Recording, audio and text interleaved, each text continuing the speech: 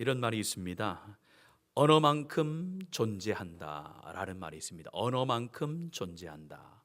내가 어떤 언어를 사용하는가, 어떤 말을 사용하는가가 바로 내 자신이다라는 의미인 것입니다. 예를 들면 내가 긍정적인 말들, 좋은 말들, 믿음의 말들을 하면은 내 자신이 긍정적인 사람, 또 믿음의 사람이 되는데, 그렇지 않고 내 언어가, 내 말이 부정적이고 낙심하는 말을 하고 또 믿음 없는 말을 하면은 내 자신이 믿음 없는 사람이 되고 늘 낭망하고 실망하는 사람이 된다라는 뜻을 가지고 있습니다. 그래서 우리는 언어 생활에 굉장히 주의를 하며 한마디 한마디 우리가 말을 해야 됩니다. 미국에서는 조금 더 이 말이 더 나가서 언어만큼 연봉이 결정된다 이렇게 이야기도 합니다. 왜냐하면 조사를 해봤더니 긍정적인 말들, 믿음의 말들을 하는 사람들의 연봉이 높고, 그렇지 않고 부정적인 말을 하고 낭망적인 말을 하는 사람들의 연봉이 낮다라는 거예요. 그만큼 우리가 하는 언어가 굉장히 중요하다라는 것입니다. 그래서 언어학자들이 이야기하기를 우리가 하는 이 말과 언어라는 것은 수동적인 기능과 능동적인 기능이 있는데, 수동적인 기능은 의사 전달이라는 겁니다. 그냥 누군가 대화를 하는 것을 말하는 거죠. 그런데 능동적인 기능이라는 것은 그저 대화만 하는 것이 아니라 대화 속에서 그들이 가지고 있는 사고의 방식과 사고의 내용들이 이 언어를 통해서 표현되어지고 전달되어진다라는 겁니다. 예를 들면 이런 것입니다. 남자와 여자의 언어가 같습니까? 다릅니까? 다르죠. 여자가 쓰는 단어와 남자가 쓰는 단어가 똑같은 단어인데 의미가 다른 거예요. 이런 일이 있었다고 합니다. 남편이 퇴근을 하고 집에 갔는데 부인의 얼굴이 별로 안 좋은 거예요. 그래서 직감적으로 알았습니다. 아, 별로 안 좋구나. 그래서 물어봤어요. 어디 안 좋은 데 있어요? 괜찮아요? 이렇게 물어봤어요. 그랬더니 아내가 뭐라고 이야기했겠습니까?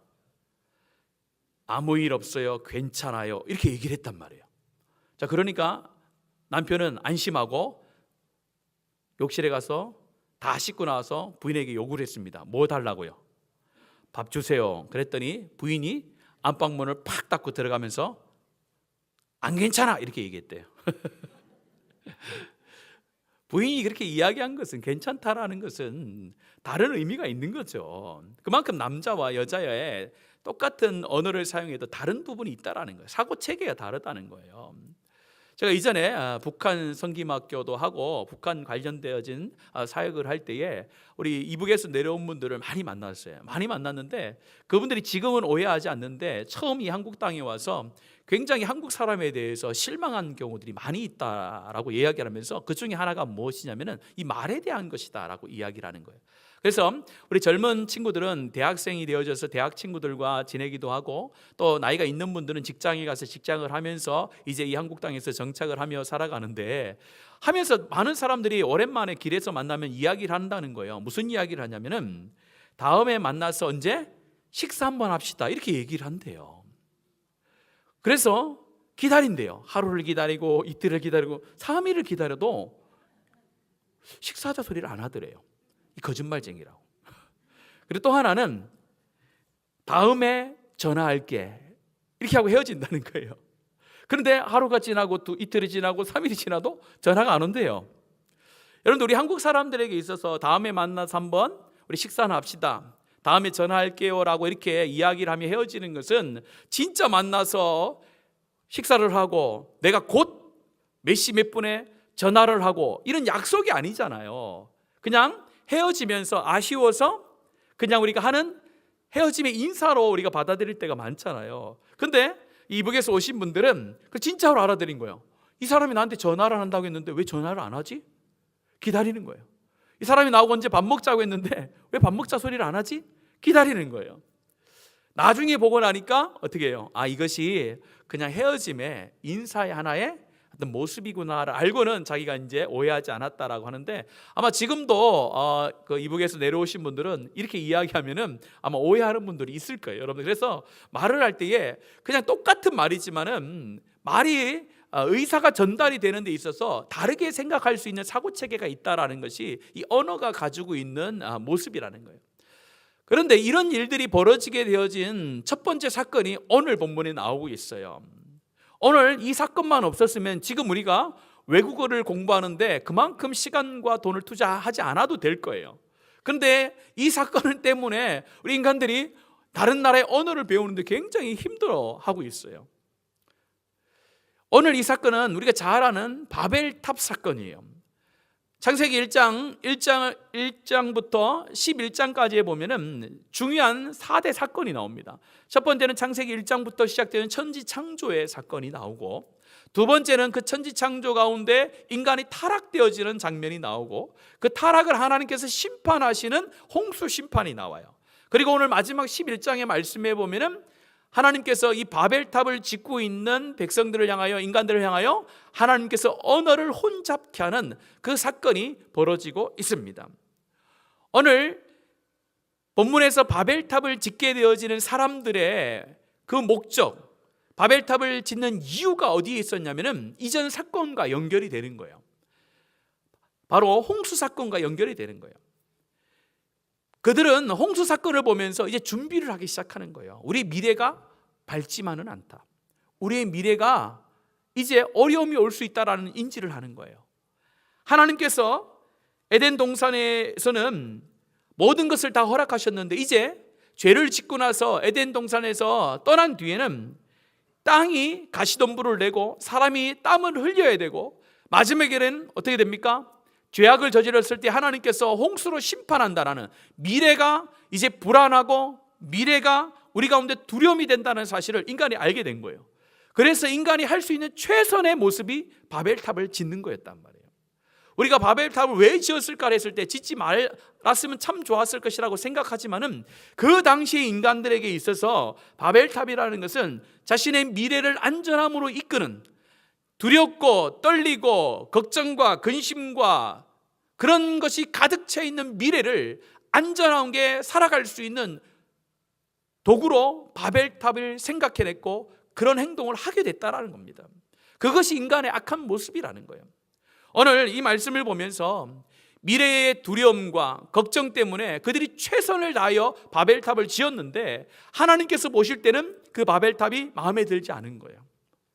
그 바벨탑을 짓는 것에 대해서 하나님께서 별로 마음에 들지 않고 징계하시고 심판하시는 거예요. 오늘 이 말씀을 통해서 우리 안에는 혹시 하나님이 징계하실 만한, 하나님이 싫어하실 만한, 하나님이 기쁨이 되지 않을 만한 그런 바벨탑을 나는 혹시 짓고 있지 않는지, 계속 쌓아 올리고 있는지 않는지를 한번 살펴보았으면 합니다. 오늘 이 바벨탑 사건을 통해서 내가 계속해서 짓고 있는 나의 바벨탑은 어떤 것인가에 대해서 한번 살펴보기를 원하는데요. 2절의 말씀 같이 한번 읽습니다. 2절입니다. 시작. 이에 그들이 동방으로 옮기다가 시날 평지를 만나 거기 거류하며. 2절의 말씀에 보면은 인간이 왜 바벨탑을 짓게 됐는지에 대해서 첫 번째로 말씀합니다. 바로 하나님으로부터 멀어지게 되어졌기 때문에 바벨탑을 짓게 되는 거예요. 다른 말로 말하면은 나의 바벨탑은 하나님으로부터 멀어지는 것이다 라고 그렇게 이야기를 할 수 있습니다. 여기에서 이렇게 이야기합니다. 이에 그들이 동방으로 옮기다가 라는 표현을 써요. 여기에서 동방으로 옮기다라는 표현 앞에 이에라는 표현이 있습니다. 이에라는 것은 때를 말하는 거예요. 바벨탑을 언제 짓게 되어졌는가, 그 때를 이야기하면서 그들이 동방으로 옮겨가다가 바벨탑을 짓게 됐다라는 거예요. 근데 성경에서 이 동방이란 표현을 쓸 때는요, 두 가지의 의미를 가지고 있습니다. 첫 번째는 시간적인 의미가 있어요. 시간적인 의미로 동쪽, 동편이라는 것은 옛날, 태고, 창조 때를 의미하는 거예요. 그러니까 시간적인 의미로 봐서 동편으로 옮겨 나갔다는 것은 하나님께서 천지를 창조한 그 에덴으로부터 점점점 멀리 떠나가는 그런 모습을 의미한다라고 볼 수 있습니다. 또한 두 번째로 이제 공간적인 거예요. 방향을 의미합니다. 동쪽으로 점점점 갔다라는 거예요. 그러니까 이전에는 동서남북을 구별할 때에 에덴을 중심으로 동서남북을 정의를 내렸는데, 에덴이 있으면은 에덴의 동쪽, 바로 동편으로 점점점 갔다라는 거예요. 그런데 보통 동편으로 갔다라는 것은 본향의 문으로부터 멀어진다는 거예요. 에덴으로부터 멀어진다는 거예요. 그래서 시간적인 것과 공간적인 것을 종합해서 말씀을 드리면은 이 사람들이 점점점 에덴으로부터, 이 하나님의 동산으로부터 점점점 떠나가는 그런 삶을 살아가고 있다라는 것을 말씀하는 거예요. 우리로 말하면 누구를 떠나가는 거예요? 점점 하나님 곁을 떠나가는 삶, 동편으로 점점점 옮겨가는 삶, 하나님과 관계없이 점점점 자신들이 원하는 것으로 떠나가는 삶을 살았다라는 것을 2절이 말씀하고 있는 겁니다. 그러면서 그들이 발견한 땅이 있어요. 2절 후반절에 보면은 시날 평지를 만나 거기서 거류하며 라고 표현하고 있는데, 이것은 독립된 의미로 표현하고 있습니다. 어떻게 이야기를 하면은 그들이 발견했다라는 거예요. 먼저 그들이 발견하고 그리고 그들은 거기에 머물렀다라는 표현이 되어 있습니다. 따로 떨어져 있다는 거예요. 먼저 그들이 발견했다라는 거예요. 동편으로 하나님을 떠나서 점점점 동편으로 가다가 보니까 발견했는데, 그 발견했다라는 의미 가운데는 어떤 의미가 있냐면 만족이라는 의미가 있어요. 그냥 발견했는데 이 정도는 아니야, 이 정도는 아니야, 실망하고 어느 정도 만족한 것이 아니라 완전히 만족했다는 거예요. 가다가 시날 평지를 딱 만났는데 여기다, 야 여기가 제일 좋다, 그렇게 자기들이 발견한 것에 대해서 굉장히 만족을 하고 있다는 거예요. 그러면서 뭐라고 이야기합니까? 거기에 우리가 거류하자, 이제 여기 머물자, 옮기지 말고 여기서 우리가 터를 닦고 여기 살자라고 그렇게 이야기를 하는 거예요. 이것을 한번 시간적인 의미로 여러분들 한번 생각해 보세요. 하나님을 이제 점점점 떠나갑니다. 떠나가다가 자기들이 이제 발견해낸 거예요. 이 시날 땅, 이 시날 평지 너무 좋다, 여기에다가 우리가 성과 탑을 짓고 여기에서 머물자, 여기에서 우리 정착하자라고 하면서 굉장한 만족을 가지고 있는 거예요. 그런데 문제는 무엇이냐면요, 누굴 떠나서요? 그렇죠, 하나님을 떠나서 그렇게 됐다는 거예요. 하나님을 떠나서 자기들이 좋은 것을 발견했는데 너무 좋다는 거예요. 그런데 결과가 어떻게 됩니까? 하나님을 떠난 그 시날 평지에서 지었던 그 바벨탑이 자신들의 어때요? 징계의 장소가 됐잖아요. 우리가 상황과 환경에 따라서 하나님을 떠나면 안 된다는 거예요. 내 눈으로 볼 때는, 내 인간의 눈으로, 이 육체의 눈으로 볼 때는 좋은 환경과 좋은 장소가 있을 수 있습니다. 그러나 하나님을 떠난 장소면 그것이 축복의 장소가 아니라 하나님의 징계의 장소가 될 수밖에 없다라는 것을 오늘 말씀이 우리 가운데 가르쳐 주는 것입니다. 찬송가에 보면요, 내 영혼이 은총 입어 중환제진 벗고 보니, 이 찬양이 있잖아요. 거기 3절 여러분들 기억하시나요? 높은 산이 거친들이 초막이나 궁궐이나 내 주 예수 모신 것이 그 어디나 하늘나라라고 이야기하잖아요. 우리는 내가 눈으로 보기에 내 미래를 안전하게 해줄 수 있는 상황과 환경과 여건이 있으면은 될 것처럼 보이지만은, 그곳이 하나님을 떠난 장소가 되고 하나님을 멀리하는 장소가 되면은 그 땅은 축복의 땅이 될 수 없다라는 것을 말씀합니다. 저와 여러분은 하나님을 떠나지 않고 하나님 앞에 가까이 머무는 복된 성도들 되어지기를 축복합니다. 여러분, 아브라함과 롯이 있잖아요. 아브라함과 롯이 하나님의 축복으로 인해서 이제 가축들이 많이 불어나요. 가축들이 많이 불어나는데 가축들이 먹을 풀과 양식은 한정되어 있었단 말이에요. 그래서 자기들의 종들끼리 서로 싸우는 거예요. 그때 아브라함이 이야기하잖아요. 뭐라고 이야기합니까? 우리는 한 권력이니라, 나나 너나 내 목자나 서로 다투게 말자. 내 앞에 온 땅이 있지 아니하냐? 나를 떠나라. 내가 좌하면 나는 우하고 네가 우하면 나는 좌하리라. 이렇게 얘기하는 거예요. 아브라함이 롯에게 먼저 기회를 주는 거예요. 네가 오른쪽을 선택하면 나는 왼쪽으로 가고, 네가 왼쪽을 선택하면 나는 오른쪽으로 가겠다, 이야기하는 거예요. 굉장히 믿음의 말이죠. 그때 롯이요, 눈을 들어서요, 요단들을 쫙 봤어요. 보니까 요단들이 평지고 너무 좋은 거예요. 근데 그곳에서는요, 이전에 어떤 곳이 있는 곳이에요?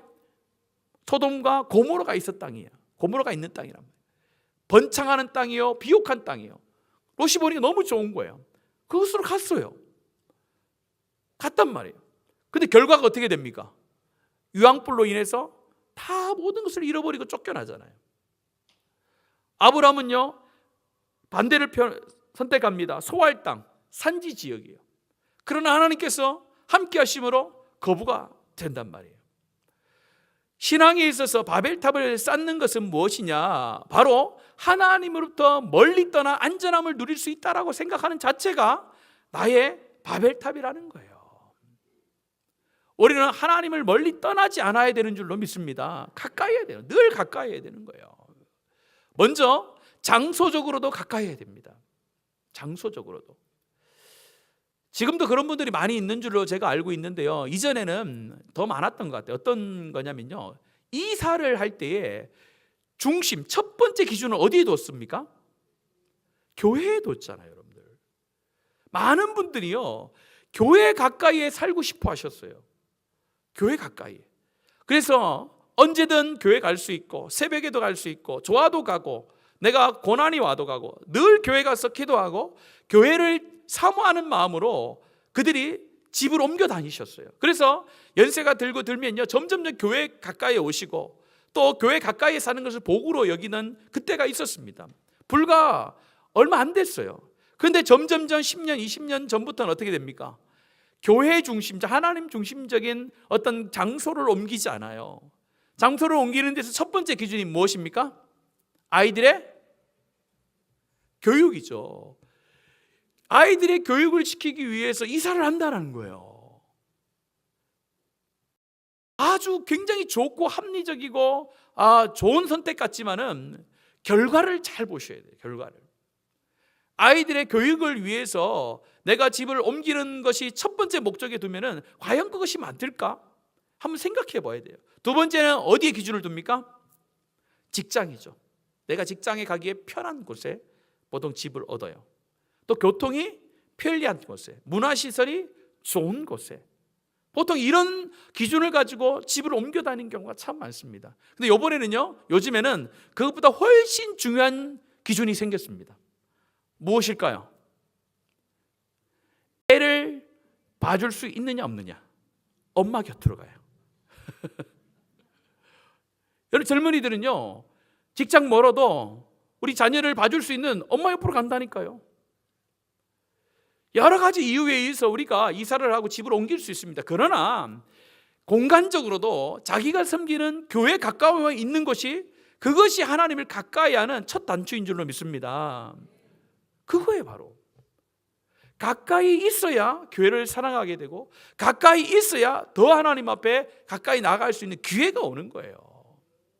여러분들 좀 멀리 사시는 분들은 기도하고 싶어서 아마 새벽에 우리 교회가 아닌 다른 교회 한번 가보셔서 그러면 새벽에 기도를 해보신 적이 있을 거예요.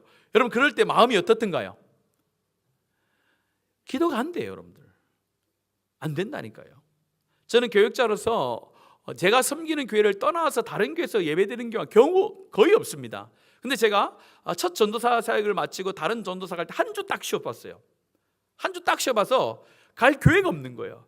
그런데 제가 늘 훈련도 시키고 늘 갔던 교회에 갔는데, 훈련 시킬 때 평일에 갔을 때 잘 몰랐는데 주일에 다른 교회를 갔는데 예배를 드린 건지 안 드린 건지 거의 감각이 없더라고요. 그래서 교회 다른 교회 가서 이렇게 예배를 드리는 것이 이렇게 참 어색하고 어려운 것이라는 걸 제가 그때 한번 체험한 적이 있거든요. 마찬가지예요. 내가 섬기는 교회, 하나님께서 나에게 맡겨주신 그 교회 가까이에서 하나님의 교회를 섬기는 것이 영적인 삶 가운데 굉장히 도움이 된다는 것입니다. 장소적인 면에서도 그런 의미가 있고, 또 이 심적이고 마음적인 것도 마찬가지예요. 우리가 이 교회 안에 있을 때는 내가 교인이구나, 하나님의 백성이구나, 하나님을 가까이 하는 것처럼 느끼지만은 직장의 삶을 나가면 어떻습니까? 하나님이 너무 멀리 있는 것처럼 느끼면 안 된다는 거예요. 그곳에도 하나님의 나라가 임재하고, 우리 로마서 12장에 있는 것처럼 그곳에서도 하나님 앞에 영적인 산 제물이 되어지는 삶을 살아가는 것이 하나님 앞에 바벨탑을 짓지 않는 삶이라고 우리 가운데 말씀하는 거예요. 오늘 저와 여러분이 시간적으로나 공간적으로나 우리 마음적으로나 하나님을 떠나지 아니하고 어떻게 하든 하나님 앞에 가까이 붙어서 하나님과 동행하는 복된 삶을 살아가는 저와 여러분 되어지기를 예수님의 이름으로 축복합니다. 두 번째는요, 한번 3절의 말씀을 읽겠습니다. 3절입니다. 시작. 서로 말하되 자 벽돌을 만들어 견고히 굽자 하고, 이에 벽돌로 돌을 대신하며 역청으로 진흙을 대신하고. 3절의 말씀에 보면은 말씀 한 절 한 절, 한 단어 한 단어마다 강조하는 부분이 있는데 뭐냐면요, 자신들의 능력과 열심이에요. 자기들의 능력과 열심으로 모든 것을 할 수 있는 교만한 마음이 가득 차 있는 구절이 3절입니다. 자, 서로 말하되 자라는 표현은 서로 언어가 통하니까 이제 서로 격려하는 거예요. 막 격려하는 거예요. 야, 한번 해보자, 한번 해보자. 막 이렇게 이야기를 하는 거예요. 그러면서 벽돌을 만들어라고 이렇게 말합니다. 그 당시에는 벽돌을 만든다라는 것을 발견해낸 거예요. 이전에는 자연에 있는 돌을 가지고 이제 만들었는데, 이제 이 사람들은 돌보다는 그곳에 진흙이 많았거든요. 진흙을 가지고 벽돌을 만드는데, 보통 벽돌을 만들 때는 진흙을 얽혀서 실온에 놔둡니다. 햇볕이 쬐는 곳에 놔두면은 그것이 굳으면은 벽돌이 되어져서 이제 건물을 짓게 되어지는데, 보통 햇빛에 말리면요, 이 진흙이 어떻게 됩니까? 그렇죠, 깨져요. 그래요, 단단하지 않는 거예요. 그런데 이 사람들이 발견한 거예요. 어디다 구우면은, 불에다 구우면은 단단한 벽돌이 된다는 걸 알았던 거예요. 그래서 오늘 말씀해 보면은 견고히 굽자라고 돼 있잖아요. 벽돌을 만들어서, 벽돌의 틀을 만들어서 불에다가 견고히 굽자라는 거예요. 자신이 발견한 능력을 가지고 이제 건물을 지으면 된다, 건물을 지으면 된다라는 거예요. 그러면서 뒤에 보면요, 벽돌로 돌을 대신하며 역청으로 진흙을 대신하고 이렇게 이야기를 해요. 보통 이 대신한다는 표현을 우리가 쓸 때에 뭔가를 대체한다는 표현을 쓰잖아요. 오늘 말씀해 보면은 이 대조되어지는 게 있습니다. 벽돌로 뭘 대신해요? 돌을 대신하고 역청으로 진흙을 대신하자는 거예요. 근데 여러분들 한번 성격을 보세요. 벽돌과 역청은 역청은 천연 아스팔트를 이야기하는 거예요. 그래서 벽돌과 벽돌 사이 또 밑에다가 역청을 발라서 단단하게 건물이 쓰러지지 않도록 하는 그런 역할을 하는 거예요. 그런데 벽돌과 역청은 누가 만들어낸 겁니까? 사람이 만들어낸 거예요. 사람이 만들어낸 거예요. 그런데 그것을 대처하는 돌과 진흙, 돌과 진흙을 대처하는 벽돌과 역청은 인간이 만들어내고, 돌과 진흙은 누가 주신 거예요? 하나님께서 주신 거예요. 그래서 이 사람들 마음속에 이제 그런 교만함이 있었던 거예요. 하나님이 주신 돌과 진흙이 아니라 그거를 대체하여서 자신들이 가지고 있는, 자신들이 발견한 이 벽돌과 역청을 가지고 건물을 쌓아 올리는 거예요. 가능하다라는 거예요. 이제 하나님이 아닌 우리가 이걸 할 수 있다라는 그런 교만함이 가득 차 있는 표현입니다. 그런데 이들이 오늘 말씀해 보면요, 뭘 짓습니까? 이들이 성읍과 탑을 지어요. 이 성읍과 탑이라는 것은 이 우리가 바벨탑의 이미지를 한번 보면은 우리 나라에 있는 탑, 쭉 올라간 탑을 생각할 수 있는데, 그런 탑이 아니라 이 탑 안에는요, 사람이 살 수 있게 만든 거예요. 사람이 살 수 있도록 그 탑을 높이 올리는 데서 성처럼 만든 거예요. 성처럼. 그래서 하늘 높이 계속해서 만드는, 그 제일 높은 데는 뭐가 있었다고요? 이방 신에게 드리는 제단이 있었다고 그렇게 이야기를 해요. 그런 바벨탑을 짓는 데 있어서 우리가 할 수 있다라는 자만감이 가득 차 있었던 것이 그 당시의 인간들이었어요. 4절에 보면요, 그들이 목적을 이야기합니다. 흩어짐을 면하자라는 거예요. 왜냐하면 이전에 어떤 사건이 있었습니까? 홍수 사건이 있었잖아요. 그러니까 홍수가 와도 잠기지 않는 높은 하늘에 닿을 만큼 비가 아무리 많이 와도 이제 우리가 물에 잠겨서 죽는 일이 없도록 우리 미래를 준비하자는 거예요. 그 준비하는 데 있어서 하나님이 주신 거 말고 누가 발견한 것으로? 우리가 발견한 것으로 그것을 해낼 수 있다는 거예요. 그것을 하나님께서 싫어하셨던 거예요. 그래서 하나님께서 언어를 혼잡케 하셨어요. 언어를 혼잡케 하시고 흩으셨는데 이것이 징계거든요. 여러분 성경에 보면은 징계를 내릴 때 여러 징계가 있잖아요. 유황불로 징계도 하시고, 지진으로 하시고, 재난으로 하시고, 기근으로 하시고, 질병으로도 징계를 하신다며. 그런데 오늘 말씀에 보면 문화적인 심판, 언어를 혼잡케 해요. 왜 언어를 혼잡케 합니까? 1절에 이유가 나와요. 1절 같이 읽습니다. 시작. 온 땅에 언어가 하나요, 말이 하나였더라. 그들이 그런 교만한 마음을 품게 된 원인이 어디 있느냐? 바로 언어가 하나요, 말이 하나다 보니까 하나님께서 축복으로 주신 이 언어가 하나고 말이 하나인 이것을 가지고 하나님을 의지하지 않는, 자신의 능력을 의지하는 삶으로 변질되어진 거예요. 그래서 하나님께서 이 언어와 말을 혼잡케 만들어버린 거예요. 오늘 우리가 살아가는 삶 자체가 하나님의 은혜요 복인 줄로 믿습니다. 숨쉬고 생명을 가지고 하루를 시작하는 자체가 하나님의 은혜요 복인데, 하나님께서 그 복을 주시고 우리 가운데 살게 하셨는데, 그 생명을 가지고 하나님 주신 것이라는 것을 인정을 하지 않고 내 능력이라고 생각하면서 인생을 살아가는 것 자체가 하나님 볼 때에 징계의 거리가 될 수 있다는 거예요.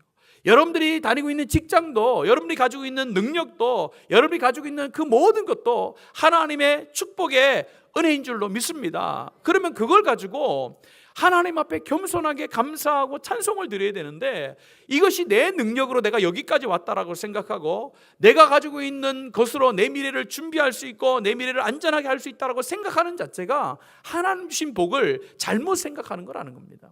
오늘 하나님께서 언어가 하나 되어지고 말이 하나 되게 하셨는데, 그걸 가지고 하나님을 함께 높이고 한 목소리로 찬양해야 되는데, 그걸 가지고 하나님이 싫어하는 교만한 마음이 들어가게 되어지고 교만한 행동을 하게 되어졌다는 것, 그로 인하여서 7절과 8절과 9절에 보면 하나님께서 결과적으로 흩으시고 그들을 혼잡케 하셨다라고 말씀합니다. 오늘 저와 여러분도 하나님에서 내가 할 수 있는 것이 아무것도 없고 모든 것이 다 하나님의 역사요, 하나님의 능력이요, 하나님의 은혜라고 고백할 수 있는 저와 여러분 되어지기를 축복합니다. 이솝우화에 이런 이야기가 나와요. 이솝우화를 보면은 늑대가 하루는 해가 질 무렵에 길을 걷고 있었어요. 근데 길을 걷는데 갑자기 자기 그림자가 이렇게 보이는 거예요. 해가 질 때의 그림자를 보면요, 그림자가 어떻습니까?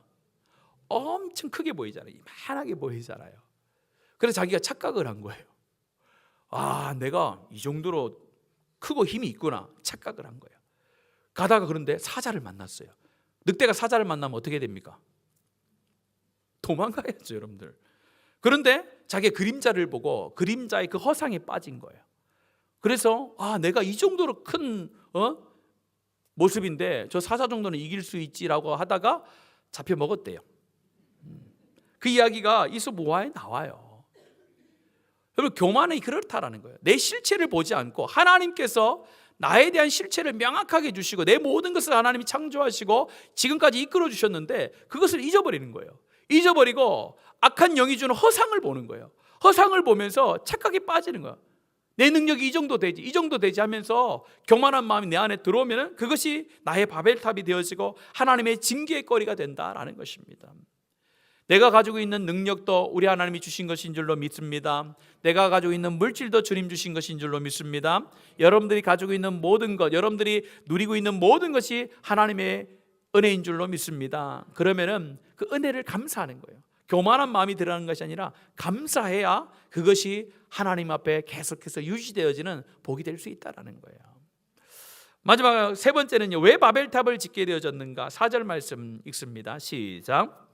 또 말하되 자 성읍과 탑을 건설하며 그 탑 꼭대기를 하늘에 닿게 하여 우리 이름을 내고 온 지면에 흩어짐을 면하자 하였더니, 이제 교만한 마음이 들다 보니까 행동으로 나오는데 그 행동에 있어서 오늘 말씀이 보여주는 것은 자기의 이름을 드러나는 행동이 막 나타나기 시작하는 거예요. 누구의 이름을 내고요? 우리 이름을 내고, 이렇게 이해하는 거예요. 4절도 시작하면서 다시 격려합니다. 3절에도 한번 해보자 했는데 4절도 똑같이 이야기하잖아요. 또 말하되 자, 이건 뭐냐? 한번 다시 해보자는 거예요. 해보자. 이제 성읍과 탑을 한번 건설해보자. 성읍과 탑을 건설해서 흩어짐을 면하는 목적도 있지만은 누구의 이름을 내자는 거예요? 우리의 이름을 한번 내보자는 거예요. 성읍과 탑을 건설한다라는 것은 단순히 한 번만 건설하는 것이 아니라 끊임없이 건설한다는 뜻이 이 건설한다라는 표현에 있고, 또한 우리의 이름을 낸다라는 것은 단순히 누구 이름 세자를 이야기하는 것이 아니라 자신의 인격과 또 사람 자체를 말하는 겁니다. 인간의 위대함을 우리가 한번 내보자라는 뜻이 바로 자기의 이름을 낸다라는 거예요. 개인의 이름을 낸다라는 의미가 아니라 인간이 가지고 있는 이런 능력들, 인간이 가지고 있는 이런 실력들을 한번 우리가 만방에 한번 내보자라는 거예요. 이 말 가운데는요, 반대되는 의미가 있죠. 누구의 이름을 드러낼 인간이, 하나님의 이름을 드러내고 영광을 드러내야 될 인간이 반대로 누구의 이름을 드러내는 거예요? 자기의 이름을 드러내는 그런 삶으로 바뀌어버린 거예요. 그것이 내가 쌓는 바벨탑이 된다라는 겁니다. 시편 기자는 이렇게 이야기합니다. 시편 20편 7절입니다. 시작. 어떤 사람은 병거, 어떤 사람은 말을 의지하나 우리는 여호와 우리 하나님의 이름을 자랑하리로다. 그렇죠. 누구의 이름을 자랑한다고요? 하나님의 이름을 자랑하는 삶이 우리의 삶이 되어야 되는 거예요. 100편 4절도 같이 읽습니다. 시작. 감사함으로 그 문에 들어가며 찬송함으로 그 궁정에 들어가서 그에게 감사하며 그의 이름을 송축할지어다. 그렇죠. 감사함으로 하나님의 이름을 송축하는 삶, 그것이 하나님이 원하는 삶인데, 이 바벨탑을 짓고 있다라는 것은 그것을 싹 빼버리고 자기 이름을 송축하고 자기 이름만을 나타내는 거예요. 바로 바벨탑이 그렇다라는 거예요. 우리도 하나님의 교회와 하나님의 나라를 섬기면서 우리의 이름을 내는 것에 조심해야 돼요. 내 이름이 더 드러나고 유명해지는 것이 하나님의 영광을 가리우고 내가 나의 바벨탑을 쌓고 있는 그런 죄를 범한다는 것을 우리는 늘 경각심을 가지고 자신을 잘 살펴야 돼요.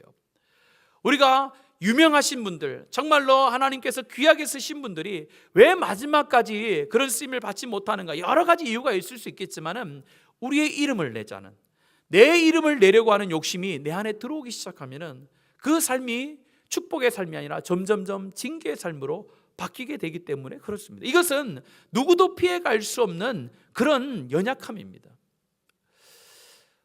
앞에서도 말씀을 드렸듯이 우리 북한 선교를 하다 보면은 제일 필요한 게 먹는 거예요. 먹는 거. 그래서 중국과 우리 북한이 접해 있는 곳에 가서 이 쌀을 전달할 때가 있어요. 그래서 한 교회에서 쌀을 이렇게 그곳에 가서 삽니다. 뭐 100포도 사고 200포도 사고 300포도 사요. 그래서 그것을 정상적으로 해서 우리 무역을 통해서 북한에 들어갈 수 있도록 트럭에 이렇게 실어서 보내서 그것을 받아서 이렇게 나눠주는 경우들이 있었는데, 그러면서 그 일을 하고 있는 분이 이야기를 해요. 참 한국 교회는 우리를 피곤하게 한다고 이런 얘기를 하는 거예요. 그래서 일하는 게 피곤한가라고 생각했는데 그게 아니에요. 그게 아니라 어떤 뜻이었냐면은 한국에서 이 돈을 가지고 중국 땅에서 쌀을 삽니다. 쌀을 딱 사요. 쌀을 사서 뭐 1000포면 1000포, 500포는 500포를 사서 트럭에 다 싣고 가면 되잖아요. 그런데 한국 교회에서 꼭 선교를 오면은 하는 게 있대요. 뭘까요? 그렇죠. 사진도 찍어야 되죠. 사진은 귀찮은 건 아니죠. 우리를 힘들게 하는 게 아니죠. 사진을 찍은 거니까. 뭘 할까요? 우리도 많이 해요. 많은 실수를 해요. 스티커. 교회 스티커를 무조건 붙인대요. 여기다가 어느 교회 뭐 해가지고 스티커를 계속 붙여온대요. 그러면요 자기들이 가면서 다 뗀대요. 다시. 그게 너무 귀찮대요. 여러분들, 우리가 귀한 선교의 사역을 할 때에 우리 교회의 이름과 우리의 이름이 드러나는 게 아니죠. 누구의 이름이 드러나는 거예요? 하나님의 이름이 드러나면 되는 거지. 거기에다가 스티커를 붙여가지고, 여러분 스티커가 붙여있는 웅천교회라고 있는 그 쌀을 어떻게 북한에 있는 사람들이 집에서 먹습니까? 다 버려야 된대요. 다 버리고 다 숨겨야 된대요. 그러면서 그걸 안 했으면 좋겠다라고 이야기를 하시더라고요. 그것뿐이겠습니까? 우리가 교회를 섬겨나가면서 각자의 이름이 드러내려고 하는 모습들이 참 많잖아요. 오늘 장로님도 기도하셨지만은 진짜 보이지 않는 곳에서 섬기는 것이 중요한 거예요. 보이는 곳에서 섬기는 것이 도리어 나에게 해가 될 수도 있습니다. 내 이름이 점점점 사람들의 입에 오르내리는 것이 나에게 축복이 아니라 나에게 어려움과 징계의 도구일 수도 있다는 거예요. 그래서 조심해야 되는 거예요. 하나님, 내가 우리 교회를 섬겨나가면서 내 이름이 드러나는 것이 아니라 내 섬김 위에 오직 하나님의 영광만이 있기를 원합니다라는 그런 결단의 마음을 가지고 주의 교회를 섬겨나가는 저와 여러분 되어지기를 축복합니다. 또한 우리 교회도 마찬가지예요. 우리 교회가 좋은 소문이 나는 교회 되어지기를 축복합니다. 좋은 소문이 나야 돼요. 좋은 소문이 나는데 그 내용이 어떤 좋은 소문이어야 됩니까? 웅천교회, 야 건물 잘 지었더라, 밥 맛있더라, 이런 소문이 나면 될까요? 그런 소문은 나면 좋겠죠. 그러나 웅천교회에 소문이 나는 것은 웅천교회 예배 갔더니 하나님이 함께 하시더라. 웅천교회 갔더니 죽은 자가 살아나는 놀라운 하나님의 위로하심과 역사하심이 있더라. 이 시대에 하나님이 어디 있냐라고 물어보면은 어디 가라? 웅천교회 가봐라. 그곳에 가면은 하나님이 함께 하심을 볼 수 있다. 그런 소문이 나야 되지. 제 이름이 나면 안 되겠죠. 그래서 제 이름을 잊어버려 주세요. 하나님의 이름만이 드러나는 거예요. 그것을 사모하며 가야 됩니다. 그렇지 않으면요, 순간순간 우리 가운데 이 명예에 대한 내 이름을 내고자 하는 본성이 드러나게 돼 있어요. 그 누구도 자유롭지 못한다니까요. 내가 조금 더 하나님 주신 능력과 재능을 가지고 잘하다 보면은 다른 사람들이 칭찬합니다. 그러면 점점점 내 안에 뭐가 쌓는 거예요? 바벨탑이 쌓기 시작되는 거예요. 그때 조심해야 되는 거예요. 그때 모든 것이 하나님의 은혜입니다. 모든 것이 다 하나님의 영광을 위한 것입니다. 먹든지 마시든지 다 하나님의 영광을 위하여 하는 것입니다 라고 고백하며 하나님 앞에 나아가야지. 그렇지 않고는요, 그 누구도 하나님 앞에서 자유할 수 없고 우리가 이런 죄악으로부터 자유할 수가 없습니다. 하나님 앞에서 내 이름을 내는 것이 아니라 오직 예수 그리스도 하나님의 이름만을 드러내는 우리 교회, 우리 모든 성들이 되어지기를 축복합니다. 그러면서 6절의 말씀 한번 보세요. 6절 말씀 같이 읽습니다. 시작. 여호와께서 이르시되 이 무리가 한 족속이요 언어도 하나이므로 이같이 시작하였으니 이후로는 그 하고자 하는 일을 막을 수 없으리로다. 하나님께서 내려오셔서 보셨어요. 딱 보니까 이거는 징계를 할 수밖에 없는 상황이에요. 왜냐하면 6절의 말씀, 한 족속이요 언어도 하나이므로 이같이 시작하였으니, 여기서 이같이 시작하였으니는 이제 이 사람들이 바벨탑을 짓기 시작했다, 단순히 그런 의미가 아니라 원어상으로 그리고 이것은 그들이 하려는 것의 시작일 뿐이다라는 거예요. 그들이 이제 이 맛을 보고 나서는 계속해서 바벨을 지으려고 하는 그런 마음과 생각이 있었다는 거예요. 이게 첫 시작이었다는 거예요. 그리고 뒤에 보면 뭡니까? 이들이 하는 일을 막을 수 없다. 너무나도 강력한 이런 바벨탑을 쌓는 모습이 많았기 때문에 이들이 이제는 계속해서 바벨을 짓기 시작할 것이다 라고 하나님이 딱 보신 거예요. 그래서 언어를 혼잡케 하신 거예요. 그래서 8절에 보면요, 이야기를 하잖아요. 8절 같이 읽습니다. 시작. 여호와께서 거기서 그들을 온 지면에 흩으셨으므로 그들이 그 도시를 건설하기를 그쳤더라. 앞에 6절의 말씀에 보면은 이 사람들 보니까 이제 결코 일을 멈출 생각이 없다, 그 누구도 멈출 수 없다라고 하나님이 평가를 내리시고 하나님이 언어를 혼잡케 하심으로 결과가 나옵니다. 그쳤더라. 그래서 바벨탑에, 이 바벨의 하나님의 징계는 인간에게 있어서 저주가 아니라 무엇이요? 은혜였다는 거예요. 은혜였다는 거예요. 얼핏 보면 하나님께서 인간에 대하여 하지 말아야 될 징계의 모습을 하는 것처럼 보이지만은 실제로 인간 편에 봤을 때는 하나님께서 언어를 혼잡케 하신 것이 저주가 아니라 축복이었다는 거예요. 그렇지 않으면요, 다시 홍수가 아닌 또 다른 것으로 이 백성들이 멸망할 수 있었기 때문에 하나님께서 너무 인간들을 사랑하셔서 흩으신 거예요. 흩어지지 않고 언어를 혼잡하게 않으면 이들이 또 다른 하나님의 징계를, 큰 징계를 받아서 전부 다 없어질 수 있는 그런 이유가 있었기 때문에 하나님께서 징계하셨던 거예요. 여러분들, 히브리서 12장 6절 말씀을 보면 이렇게 말합니다. 주께서 그 사랑하는 자를 징계하신다. 히브리서 12장 11절, 물을 징계가 당시에는 즐거워 보이지 않고 슬퍼 보이나 후에 그로 말미암아 연단받은 사람은 의와 평강의 열매를 맺느니라. 징계는요, 그 당시에는 즐거워 보이지 않습니다. 슬퍼 보입니다. 그러나 연단된 후에는 의와 평강의 열매를 맺게 하시는 줄로 믿습니다. 계시록 3장 19절에는 물은 내가 사랑하는 자를 책망하여 징계하노니 그러므로 내가 열심을 내라 회개하라. 사랑하는 자를 징계하신다는 거예요.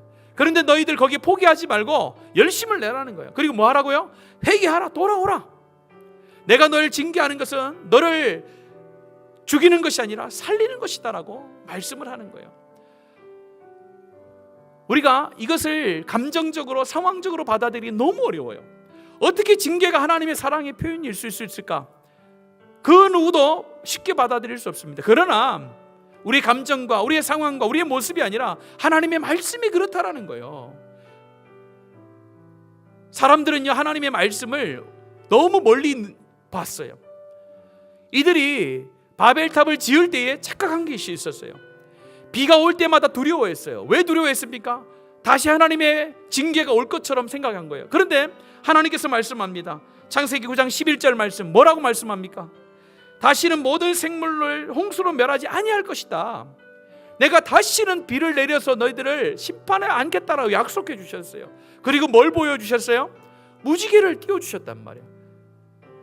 그들이 바벨탑을 짓고 있을 때도 비가 왔을 거예요. 비가 많이 왔을 때도 있을 것이에요. 그때 비가 온 이후에는 무엇이 떴습니까? 무지개가 떴잖아요. 언약의 말씀, 하나님의 약속의 말씀이 떴는데 너무 멀리 있던 거예요. 그걸 의지하지 못해, 믿지 못했던 거예요. 그래서 그들이 바벨탑을 짓게 된 거예요. 우리가 바벨탑을 짓는 이유는 하나님의 말씀, 하나님의 약속이 너무 멀리 있다고 생각하기 때문에 그렇습니다. 우리 눈에 보이는 현실은 가까이 있거든요. 그걸 잡으려고 해요. 그러나 그걸 잡으면 안 되는 거예요. 우리가 잡을 것은, 우리가 시선을 고정시켜야 될 것은 하나님께서 언약으로 주신 이 무지개 언약인 줄로 믿습니다. 하나님의 징계를 통해서 우리 가운데 무지개 언약을 보여주세요. 실망하지 마라, 낙심하지 마라. 내가 너희들을 심판하지 않는다. 약속하세요. 오늘 저와 여러분이 인간의 눈이 아니라 믿음의 눈을 들어서 이제는 다시는 홍수로 심판하지 않겠다라는 그 약속의 언약, 무지개 언약을 기억하고 그것을 바라보면서 지금도 우리 하나님께서는 이 시간을 통해서 말씀을 통하여 약속하시는 줄로 믿습니다. 그 약속을 붙드는 거예요. 약속을 붙들어야 흔들리지 않지요. 이 세상을 보면요, 계속해서 바벨을 지을 수밖에 없어요. 이 세상을 보면 두려운데 어떻게 바벨을 안 지어요? 준비해야 되는데, 두려운 미래를 준비해야 되는데 어떻게 바벨을 안 지을 수 있어요? 그런데 우리는 짓지 말아야 돼요. 왜요? 하나님이 언약을 주셨잖아요. 약속을 주셨잖아요. 우리는 바벨을 짓는 자들이 아니라 하나님의 약속을 붙드는 복된 성들이 되어질 줄로 믿습니다. 그런 마음을 가지시고 여러분 두려워하지 마세요. 이 세상이 두렵습니다. 어떻게 될지 아무도 몰라요. 어려운 경제, 어려운 정치, 어려운 문화의 어떤 갈등들, 세대 간의 갈등들, 전 세계적으로 오는 수많은 어려움들이 많습니다. 그걸 바라보면서 내 미래를 내가 준비해야 되지, 그러면서 바벨을 쌓으면요, 그 바벨이 도리어 우리의 삶을 어렵게 하는 거예요. 이 어려움 속에서도 우리 하나님의 창조의 섭리는 함께하는 줄로 믿습니다. 우리 하나님의 언약은 지금도 살아계셔서 우리 가운데 성취되는 줄로 믿습니다. 그 약속을 붙드시는 저와 여러분, 우리 교회, 이 땅의 교회와의 모든 성들이 되어지기를 예수님의 이름으로 축복합니다. 이 시간에 말씀을 기억하면서 이 찬양의 가사를 하나님 앞에 올려드릴 때, 하나님, 내가 주인 삼은 모든 것들, 내가 바벨로 삼고 바벨을 짓고 있는 모든 것들 다 내려놓고 오직 주님 앞에 잠잠히 하나님의 말씀과 약속을 붙들고 나아갑니다. 하나님, 나를 인도해 주십시오. 그런 마음을 가지고 함께 찬송을 올려드리면 좋겠습니다.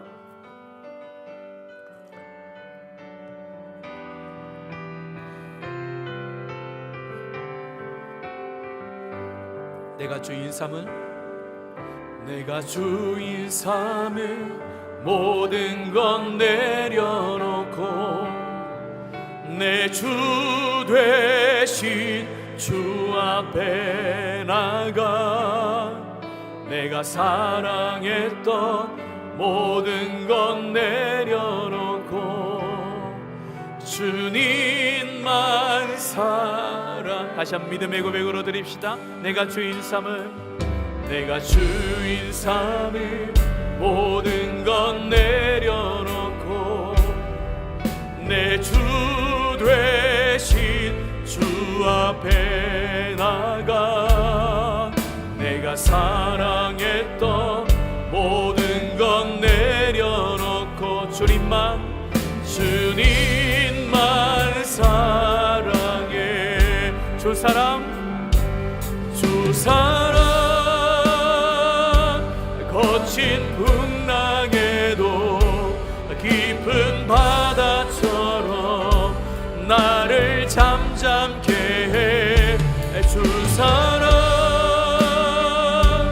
내 영혼의 반석, 그 사랑 사랑 주 사랑 거친 풍랑에도 깊은 바다처럼 나를 잠잠케 해 주 사랑 내 영혼의 반석 그 사랑이 우리 처음부터 다시 한 번 더 고백합시다. 내가 주인 삼은 모든 건 내려놓 내 주 대신 주 앞에 내 주 대신 주 앞에 나가 내가 사랑했던 모든 건 내 주님만 사랑하고 섬깁니다. 님만 사랑해 주 사랑 주 사랑 거친 깊은 바다와 같이 깊은 바다처럼 나를 잠잠케 해 주 사랑 내 영혼의 변함없는 반석 영혼의 반석 그 사랑 마지막으로 다시 한번 고백합시다. 주 사랑 주 사랑 거친 풍랑에도 깊은 바다처럼 나를 잠잠케 해 주 사랑 내 영혼의 반석 그 사랑 위에서 우리 하나님 앞에 믿음의 고백으로 기도했으면 좋겠습니다. 하나님 이 땅의 미래가 하나님 불안합니다. 하나님 나의 미래가 두렵습니다. 그러기에 내 안에 바벨탑을 쌓을 때가 참 많은데 하나님 내 안에 하나님보다 높아진 그 수많은 바벨이 하나님 오늘 말씀을 통하여 무너진 줄로 믿습니다.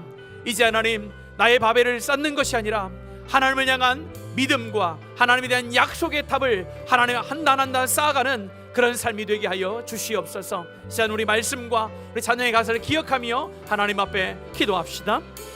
아버지 하나님 감사합니다. 오늘 이 말씀을 통하여 우리 안에 수없이 많은 바벨을 하나님 무너뜨리게 하시고 하나님 이제는 하나님 내 안에 바벨이 아니라 내 안에 하나님을 향한 탑을 쌓을 수 있도록 믿음과 신뢰와 하나님의 말씀을 의지하는 탑을 쌓을 수 있도록 인도하여 주시옵소서.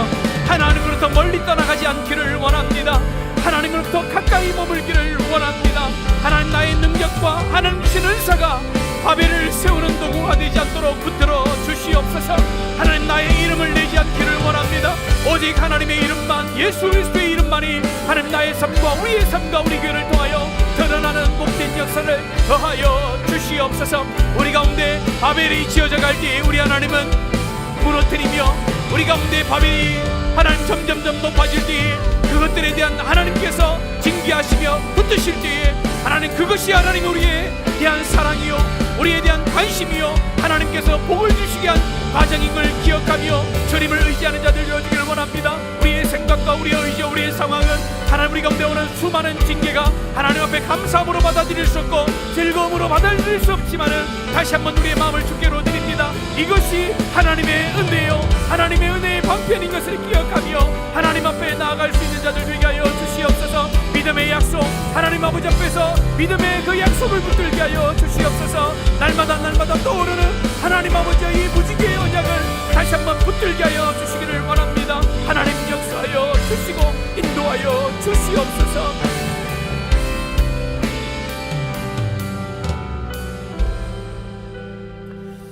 살아계셔서 영광과 존귀를 받으시기에 유일하신 아버지 하나님 감사합니다.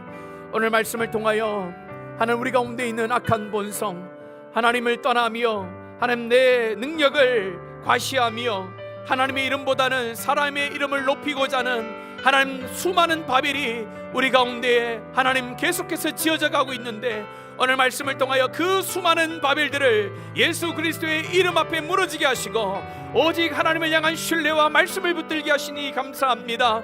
하나님, 이 시대가 어렵습니다. 우리의 미래가 밝지 않습니다. 그러나 하나님, 그 상황과 형편을 바라보는 것이 아니라 우리 하나님의 무지개의 언약을 바라봅니다. 믿음의 눈을 떠 하나님의 약속을 바라봅니다. 하나님, 우리 성도들 어려운 이 시대를 살아갈 때에 세상을 바라보지 않게 하시고 주님을 바라보게 하시고, 내 능력을 의지하며 세상을 의지하는 것이 아니라 하나님을 의지하며 하나님 살아갈 수 있는 복된 성도들 되게 하여 주시옵소서. 하나님, 우리 가운데 수많은 어려움과 징계가 있더라도 그것은 하나님께서 우리를 버린 것이 아니라 하나님께서 우리를 축복으로 인도하는 과정인 것을 기억하며, 지금은 그것이 우리 가운데 기쁨이 아니요 슬픔이요 눈물이지만은 그것을 통하여 우리 하나님께서 우리를 더 잘되게 하고 더 하나님을 가까이 하게 하며 하나님의 능력을 체험하는 자로 세워주실 줄로 믿습니다. 이 믿음 붙들고 하루하루를 살아내는 주의 백성들 되도록 이번 한 주도 붙들어 주시옵소서.